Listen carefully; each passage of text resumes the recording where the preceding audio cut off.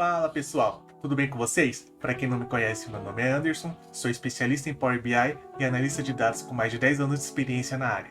E hoje, antes de iniciarmos a construção desse relatório de vendas, primeiramente nós iremos entender por dentro dele. Eu criei um vídeo, um teaser, ali demonstrando a usabilidade na prática. Aqui eu quero mostrar o projeto no Power BI, o que foi feito, quais foram os gráficos que eu incluí, quais são as tabelas que nós possuímos. Eu irei passar superficialmente, tá? Não vou aprofundar porque nós vamos acompanhar durante o desenvolvimento. Mas só para vocês possuírem, já ter uma ciência do que vocês irão construir, porque vocês só viram o produto final. Agora aqui, vocês irão visualizar quais foram os elementos incluídos, utilizados nele, porque tem um elemento específico, que é um visual, que é externo, que não está nem na loja do próprio Power BI. Então, bora lá. Seguinte, vocês já estão visualizando aqui a minha tela, tá? Nós temos 5 abas. Se vocês observarem aqui embaixo, na realidade, a última você pode ignorar, são 5. Nós temos a capa, overview, produto, clientes e decomposição. Vamos passar por cada uma delas, começando pela capa. A capa, ela é a mais simples de todas. Eu utilizo um background, que é uma imagem de fundo, tá? Vocês podem visualizar exibindo aqui formato, tela de fundo. Eu importei a capa, fiz um ajuste, utilizei o ajuste da imagem de ajuste para ele se adequar à resolução da tela, que eu configurei, e eu deixei a resolução diferente do padrão 16:9, para ela conseguir compor mais visuais dentro do relatório. Porque se eu deixo 16:9, a resolução ela é HD, ela é 1280 por 720, se eu não estou enganado. E aí cabem menos objetos dentro da tela. E se eu aumento essa proporção, eu consigo colocar mais objetos. Então por isso que nós estamos trabalhando nessa resolução. Esse texto, dashboard de vendas, ele já está vindo já direto da capa da imagem. Então, sem novidades. Assim como essa linha com as bolinhas também. A única coisa que foi acrescentada foram os botões. São 4 botões. Esse botão nem precisaria, né? Na realidade precisa porque ele tem que estar com o nome de início, mas ele não tem nenhuma ação. E nós temos aqui 4 botões ao todo. 3 deles eles possuem animações quando você passa o mouse que ele muda a cor. Quando você foca o mouse em cima dele, quando você clica ele muda a cor de novo. E um botão que é para entrar no relatório, que ele vai sempre cair nessa página de overview, que também ele modifica a cor e tem os cantos arredondados. E esse visual aqui, ele é um visual importado de um site chamado Loot Files. Quando nós formos construir, eu mostro o site em si. Ele gera basicamente animações em alta qualidade e você consegue importar, ele gera no formato JSON. Pegando a URL dessa JSON e adicionando aqui, ó, em loot.json, ele vai carregar a imagem para dentro do seu relatório, você adicionando o visual e colocando qualquer medida dentro dela, qualquer uma, mas precisa ter uma medida. Essa é a primeira página. A segunda, que é a overview, o que nós temos? Aqui já tem bastante coisa, né? Lembrando, existem outras maneiras de poder chegar no mesmo resultado. Eu vou mostrar o resultado que eu tive, o que eu fiz. Chegou no resultado final, mas tem outras maneiras que podem também ser utilizadas. Então aqui no texto, do título da página, eu utilizo uma caixa de texto. Dentro dessa caixa de texto, nós temos aqui uma medida para trazer o ano selecionado. Nós temos uma medida chamada de ano selecionado. Então, de acordo com o ano que eu seleciono, ele vai mostrar qual é o ano aqui acima que está sendo selecionado. Então, aqui só para falar que o overview está referenciando-se a 2020. Então, nós temos o primeiro quadrante aqui. Nota que tem bastante objetos, né? Então, os títulos eu insiro. Por que eu prefiro inserir? No qual, se eu acrescentasse, por exemplo, uma segmentação que modificasse, ao invés de analisar a receita bruta, avaliasse o faturamento bruto, eu conseguiria, que, né, de acordo com essa segmentação, trocar o nome do título. Por isso que eu prefiro inserir através de cartões ou de caixa de texto, ao invés de trazer diretamente no background. Então nós temos aqui o gráfico de rosca, trazendo o valor de receita bruta dentro de cada um dos canais. Os ícones dos canais estão vindo na imagem, tá? No background. Então, o que está sendo acrescentado aqui são os números, o gráfico, o valor de cada um deles, o percentual de queda, de crescimento e variação em relação ao ano anterior. Tem a formatação que eu estou inserindo dentro da própria medida, para que ele traga a seta para cima ou para baixo, caso suba ou cresça.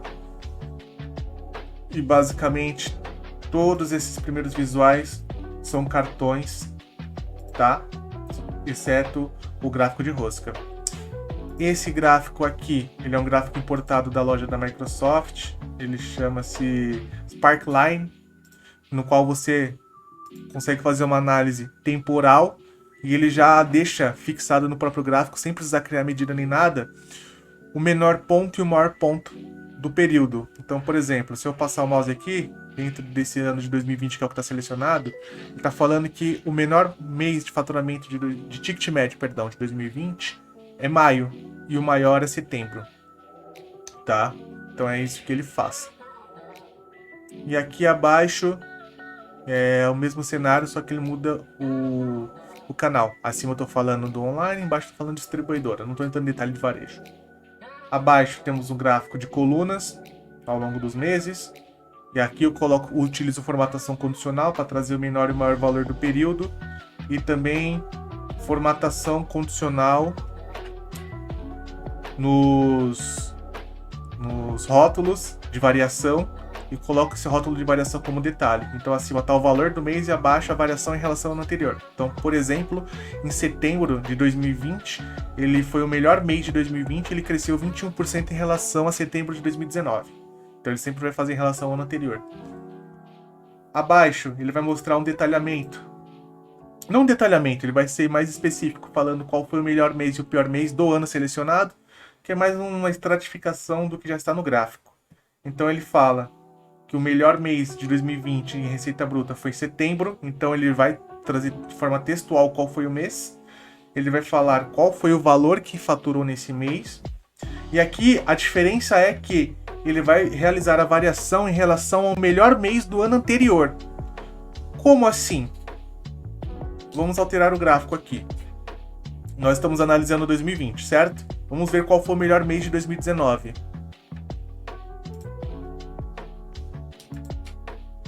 O melhor mês de 2019 foi abril.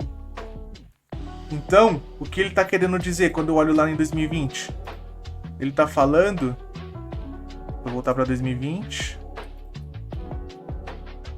E setembro de 2020 foi 3% melhor do que abril de 19. Que abril de 19 foi o melhor mês de 2019. Então é isso que ele quer dizer. E o pior mês é a mesma explicação, só que em relação ao pior mês. O pior mês do ano atual versus o pior mês do ano anterior. Se está acima ou se está abaixo. É isso. Aqui o rank eu deixei somente por vendedor, mas você pode colocar o rank que você quiser. Aqui tem uma medida que ele calcula o ranking de receita bruta por vendedor, aqui tem a fotinha do vendedor, o nome e a receita bruta. Então essa é a primeira página. Temos os filtros laterais, onde temos um botão em cima de cada ícone que vai navegar nas páginas. Então aqui é o todo. A própria página não precisa, né? Eu vou clicar no botão para permanecer na mesma página. Então aqui não precisa. Mas os demais ícones sim. E aqui eu deixo um botão em cima desses três barrinhas aqui, que se chama menu hambúrguer, né? Para exibir o filtro. Então quando eu clico em cima dele, lembrando que no Power BI Desktop, para você acionar qualquer botão, você tem que segurar o Ctrl.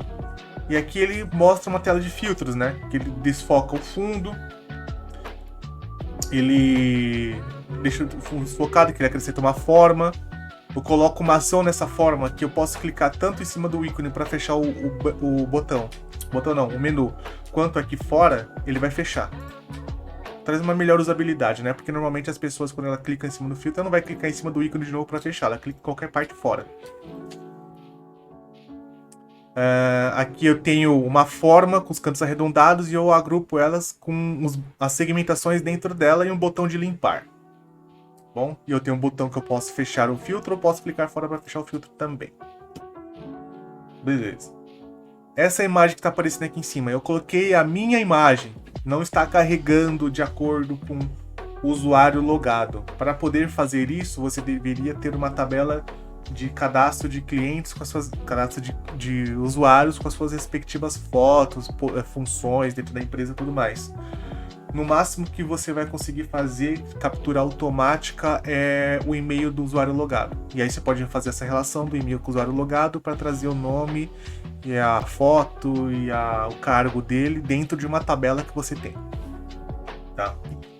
Eu coloquei o ícone aqui de inglês, de português, de Brasil e Estados Unidos, que seria inglês e português, mas eu acabei não alterando. Talvez nas próximas versões eu faça que ele altere o idioma, caso eu troque aqui a bandeira. Mas nessa versão não está. Então essa é a primeira página.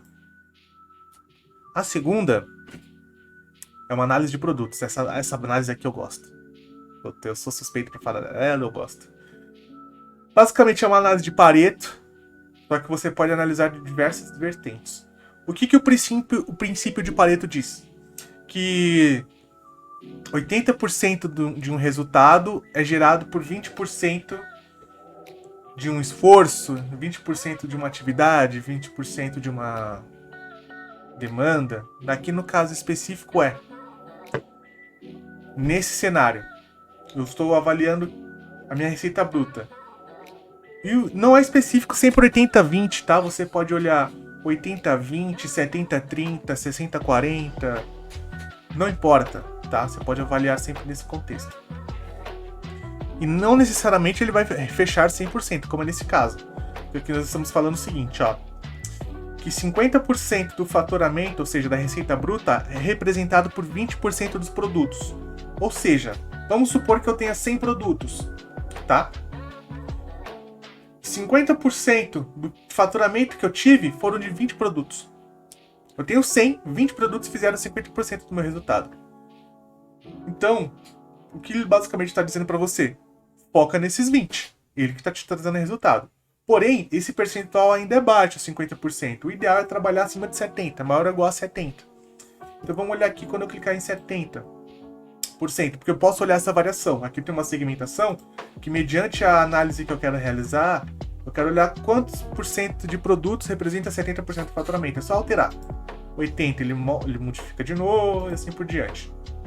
Então aqui nesse contexto estou falando que 70% dos meus produtos estão... 70% do meu faturamento está concentrado em 33% dos meus produtos. Porra, já é muito melhor. O que eu vou fazer? Vou focar investimento, marketing, promoções, não sei, aí depende da estratégia de cada empresa, para alavancar ainda mais as vendas desses 33 produtos, porque eles que estão gerando o seu resultado, certo? Aqui abaixo tem um textinho que ele mostra um resumo em relação ao percentual de Pareto que você selecionou. Então ele está falando assim, o seguinte, que 36 produtos, que é esses 33%, os 33% de produto representam 36 produtos. Esses produtos representam 70% do faturamento. E só eles, sozinhos, já faturaram 219 milhões em 2020. Que coisa, né? Abaixo, eu tenho um detalhe dos produtos. E aí, vale uma ressalva. Você pode ajustar para que ele mostre somente os produtos pertencentes ao Pareto. Aqui eu não estou mostrando porque eu não estou analisando só o Pareto. Mas aqui é possível você, e quando nós construirmos, eu vou mostrar como fazer, tá? Aqui eu não vou fazer porque eu só estou explicando o relatório. Mas aqui ele está na ordem de ranking dos produtos mais vendidos dentro daquele ano. Lembrando que é sempre em receita bruta, que é o faturamento menos o desconto. E aí fica a dúvida, pô, você tá falando aqui que 33% dos produtos são 36 produtos ao todo. Quais são esses 36 produtos? Ele sempre tá avaliando em ranking. Ou seja, se eu tenho 36 produtos, são os 36 primeiros do ranking que representa esse volume. Então se eu rolar a barra de rolagem até aqui embaixo, até o 36º, tá aqui, ó. Esses 219 milhões são de todos os produtos até esse notebook. O que está abaixo está fora, né? Então, essa é a maneira de conseguir identificar. Então ele traz o produto, qual é o rank do ano selecionado, que no caso é 2020. Ele traz uma seta de variação. Ele vai avaliar o seguinte: esse produto, cooktop, hoje, nesse ano, no caso que está selecionado, ele está em top 1, é o que foi mais vendido. No ano passado, que é o rank last year, ano anterior, ele também era o top 1? Era. Se ele se manteve, ele fica com a setinha lá, amarela na horizontal. Significa que ele se manteve. Se ele tiver uma setinha para cima, significa que ele cresceu no ranking. Então ele é, por exemplo, o segundo item. Ele era terceiro no ranking mais vendido do ano anterior, que 2019. Em 2020 ele passou a ser o segundo. Então ele teve uma crescente. Já esse fogão de piso, ele caiu. Ele era segundo no ano anterior e caiu para quarto. Então é para isso que serve. Ele mostra o ranking do ano atual, o ranking do ano anterior e a variação no formato de ícone. E, consequentemente, ele traz a receita bruta, o preço médio vendido, a margem em valor e percentual de margem. São margens, sim, em reais, tá? No varejo, a margem não é essa não, cara. A margem é, abaixo de 15. E eu tô falando a bruta. A líquida chega a 6, 5. Mas enfim, não é esse o intuito. Aqui abaixo é uma análise temporal é o mesmo gráfico que estava na página anterior. A diferença é que ele vai interagir com os objetos que estão aqui. Então, por exemplo, eu quero avaliar esse cooktop. Quero observar o comportamento dele durante o ano. Eu clico nele e ele já me mostra como foi o comportamento dele do ano. Aqui é mais para poder diminuir o tempo da pessoa não ter que abrir o filtro.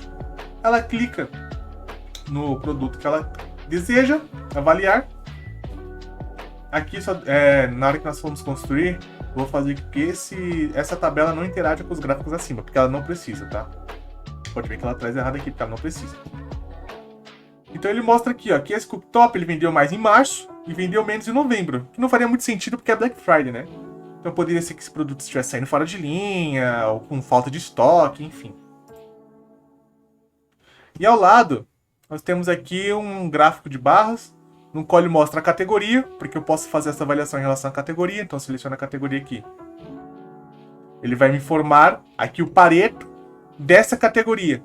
Então, por exemplo, em informática, 70% do faturamento informática tem 57% dos produtos. É uma grande pulverização, né? Realmente. Já eletrodomésticos é 37%. Então, eu consigo fazer essa avaliação por categoria. E se eu quiser descer o nível, tem duas maneiras.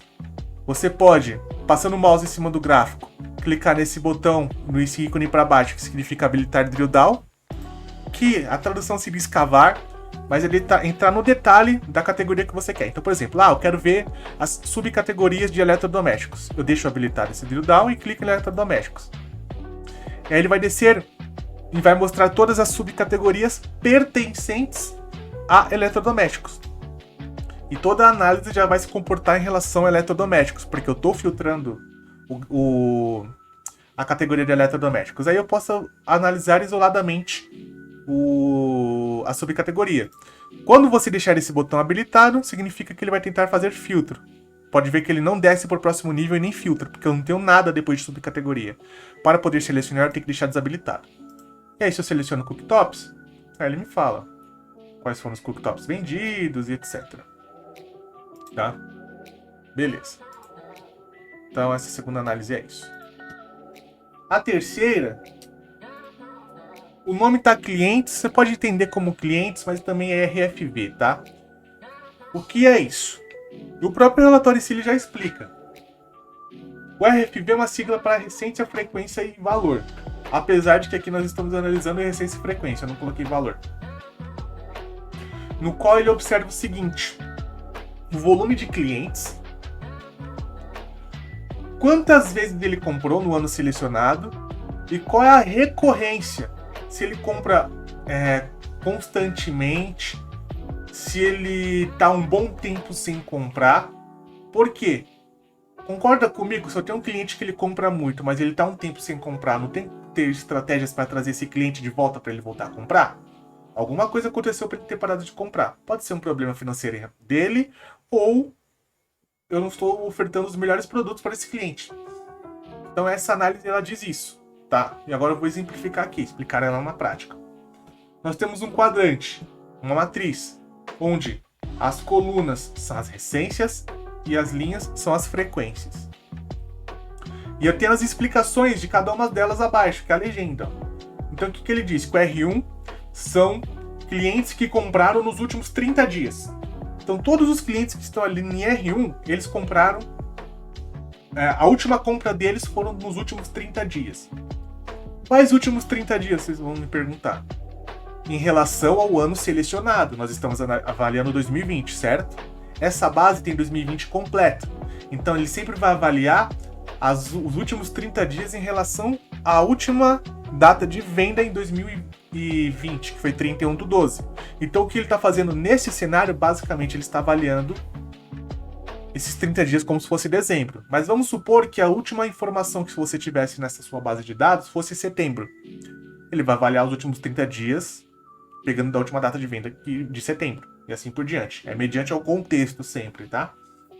Então R1 os últimos 30, R2 de 31 a 60 e assim por diante. E a frequência é a mesma coisa. F1 significa que o cliente comprou uma vez, F2 entre 2 e 3 vezes, F3 4 e 6, F4 7 a 9 e F5 mais de 10 vezes. Tá?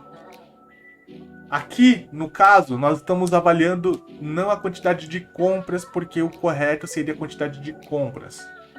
Ou seja, a quantidade de pedidos que ele comprou. Aqui eu coloquei a quantidade de produtos, tá? Certo seria a quantidade de compras. Inclusive, nós iremos corrigir isso quando estivermos fazendo. Mas aqui vai servir para explicar. É muito simples, é só trocar uma medida de quantidade de peças por quantidade de pedidos. Acabou. Tem segredo nenhum. Mas vamos explicar a leitura desse gráfico. Vou até dar um zoom aqui. Apertei o botão errado. Falhando no engano. Seguinte. Eu tenho aqui esse número 18, que é F1R1. O que isso significa? Temos 18 clientes que compraram somente uma vez nos últimos 30 dias. Aqui, R1, F2, observa, ó. R1, F2, certo? Esse cara aqui. Temos 34 clientes que compraram nos últimos 30 dias entre 2 a 3 vezes. Ah, entendi. Então você quer me dizer que aqui, por exemplo, em R3, F2, significa que eu tenho clientes que compraram entre 2 a 3 vezes entre 61 a 120 dias? Sim. Então significa que temos 63 clientes que a última vez que ele compraram foi entre 2 e 4 meses. Então esse último aqui, que é o maior volume de clientes, 1966, significa que nós temos 1966 clientes que estão em R5 e F5, que compraram mais de 10 vezes, porém estão há entre 6 meses e 1 ano sem comprar? É. Nossa, mas é crítico, né? Ter um volume de clientes que comprou muito e que estão há muito tempo sem comprar. Realmente. A equipe de marketing teria muito trabalho para poder trazer esses clientes de volta, diga-se de passagem. Então essa é a explicação. Aqui acima, o gráfico à direita, ele mostra, de acordo com as recências somente, a quantidade de clientes que se enquadram dentro das recências. E a frequência, a quantidade de clientes que se enquadram dentro das frequências. Eu tenho um volume grande de clientes que compram bastante, mas que também correlacionam os que estão há muito tempo sem comprar. E aí, marketing para trabalhar em cima disso. E abaixo está escrito histórico de clientes. É uma análise numa qual ele traz uma tabela, onde tem o código do cliente, qual que é o nome do cliente, qual foi a primeira compra, quando que esse cliente ele comprou a primeira vez na nossa empresa, tá? E a última compra é sempre em relação ao ano selecionado. Sempre. Se eu filtrar daqui 2021, vou até mudar o filtro aqui. Ele vai olhar a última compra dos clientes em 2021. Não a última compra no geral.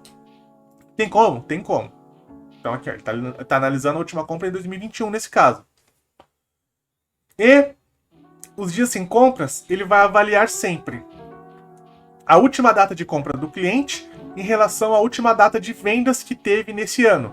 Então a última data de vendas em 2021 foi 31/12/2021.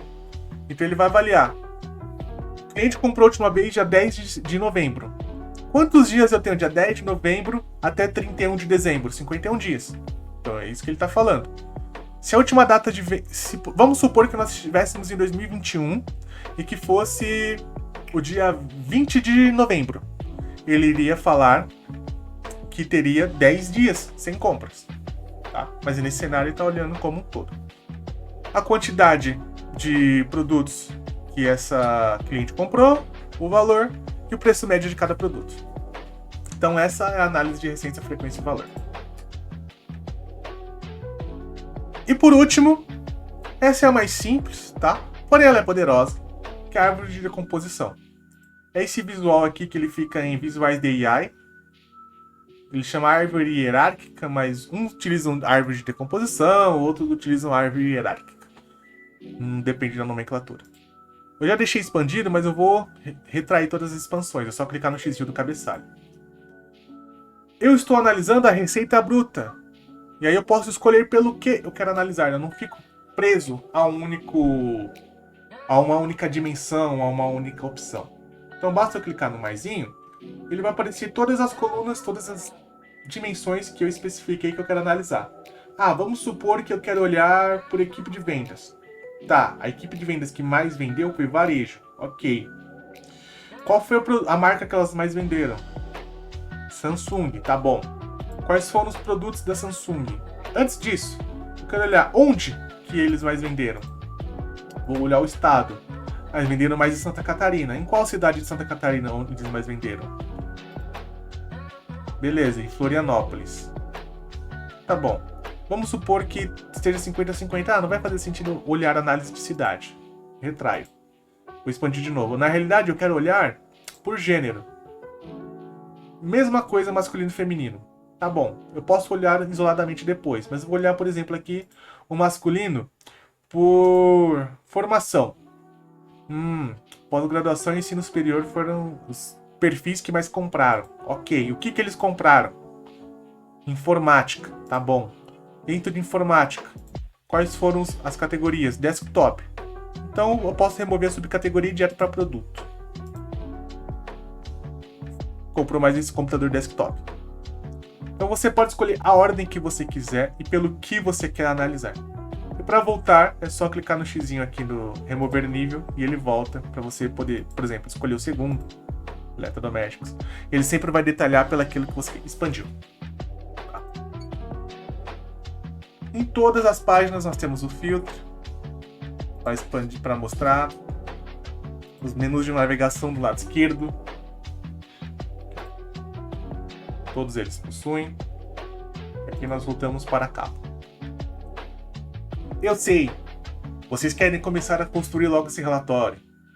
Eu sei disso. Eu também, quando comecei a estudar Power BI, eu era bem ansioso. Mas essa será sempre a minha didática.